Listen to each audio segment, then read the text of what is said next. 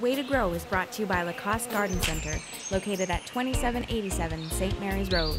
That's Carol Somerville, our home gardener here on Shaw TV's Way to Grow. I'm Laura Ravey. This is Dwayne Friesen.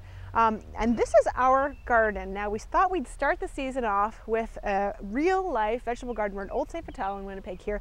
It can be done. This garden's going to feed us all at the end of the season, right? We're going to have a party off of this garden this year. And 2 weeks ago, we were here and did the initial planting. Carol got some things going. You got some things going here. And just to recap where we're at, you can see some of the radish and the lettuce starting to come up here. Even despite Darren, our cameraman, having stepped on some things, it's coming up here. So you can see that's the early start of it, and it's coming up, and we've had frost. That's why we can start those crops early, and that's where the timing comes, it comes into play, and a critical part of Carol's plan, how we can space things out on the garden. And the onions are coming in. Our tomato in the background there with our cozy coat is growing comfortably away, and again, the frost and cold temperatures haven't harmed it. But you can see we've progressed now, and we're on to the next phase of the planting, and this will kind of be phase 2, and in another 2 weeks we'll return with phase 3 of the finishing up of the planting. And Carol's been busy here, and this is a full day's work for what you're going to be illustrating in the next few minutes here. This is a full day's work for what Carol has put in here. But again, just think of a full day's work, the rewards that are going to come up. So we'll let Carol illustrate a little bit more about what she's been doing here. This is her creation, and we'll just hand it over to her at this point. Absolutely, and the reason why I'm holding this potato is because in a couple minutes, Carol's going to show us some of the tricks and how you can get great potatoes in your own garden. And I'm pretty impressed. I mean, things are growing. It's looking green. I mean, it's a little wiggly, but you know, a little wiggly, but straight is boring. So. Yeah, but you can see everything is plotted out here. And again, we've had some miserable weather since the day we planted it. The bad weather moved in, but that provided the moisture we needed for the germination. And these are cold, hardy crops, so we weren't really worried about frost or that thing damaging these. And Carol's going to explain more about that. She's actually going to take us on a tour of the whole garden, and we're going to end up telling you all about this little guy. Now, we've pulled Carol away from her work, and wow, have you ever been doing a lot of work in this garden? Look at this. Yes, it was a whole day's work, what we've done here. We've got a little bit more to do, but first let's talk about this row right here and how we're not going to do anything today with this row. No, these are beans. So that's going to be yellow beans and green beans, and they germinate early, so you don't want to plant them until after the long weekend. So now here we've got this mesh set up. What's this for? This is your chicken wire for your peas. The peas can grow up the wire, and it helps to prevent mildew, and it's easy picking. We have the Lincoln Homesteader in this row, and we've got the Sugar Snaps in this row. So we're going to see how the peas grow up this fence here, and we're going to see the difference of peas with no fence and how hard it is to pick, and we may get some mildew. We're going to find out what happens with no fence and with a fence. Okay, so we got to finish planting these, so let's get to it.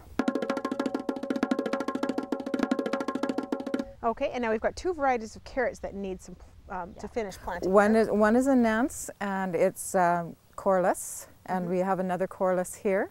One's shorter and one's longer, just to have 2 different kinds of carrots. So we'll be planting the rest of these rows here. Okay, let's get to it. So beets aren't quite finished, but there's something that you can plant before the long weekend. Yes, you can. You can plant the beets now. Okay. So in a couple weeks and months, this part of the garden is going to be amazing and colorful. And we have a lot of you have a lot of great ideas for our viewers. But right now, we're just waiting. We're waiting till after danger of frost. We're going to be putting our peppers and our cucumbers and squash, pumpkin.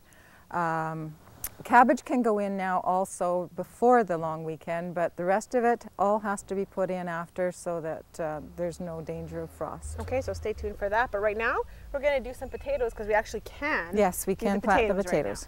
Right, so you have some information you wanted to give our viewers about planting potatoes and looking at eyes and stuff like that. We're going to do the Norland Red. Norland Red is an early maturity.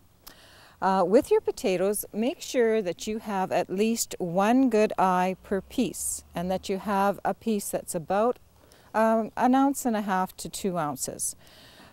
So this would what's be a good eye? Sorry, would that be considered a good eye? That would be a good eye. Okay. This one you don't know. Like it looks like it may come. So I would just do this one in half, because then you would be sure of having a good eye in each piece. Okay. When you have an eye like this that has all these, don't take them off. You don't want to take these off. Oh, really? Yeah, you want to plant them with them on, because if you knock them off, then you're retarding the growth of this piece of potato. So let's cut this one here. We're going to cut it in half. We have a piece there with an eye, and we've got a piece here with an eye. This soil is very soft, so we can put the potato down about 2 inches in here. If it was harder soil, you would have to put it down maybe 1 inch to 2 inches, but we could even go 3 inches on this soil, because it is so soft. Okay, so it goes in, eyes up. Eyes up, and cover it over with about 2 inches of soil. Now spacing is really important. Yes, for it is potatoes, because very you need to important. be healing, right? Yes. Okay. You need to have your potatoes at least 12 inches apart, and you need to have your rows at least 24 inches apart. Okay. That way it gives you lots of room to hill your potatoes as they're growing. So a lot of work in the garden, but it's definitely worth it.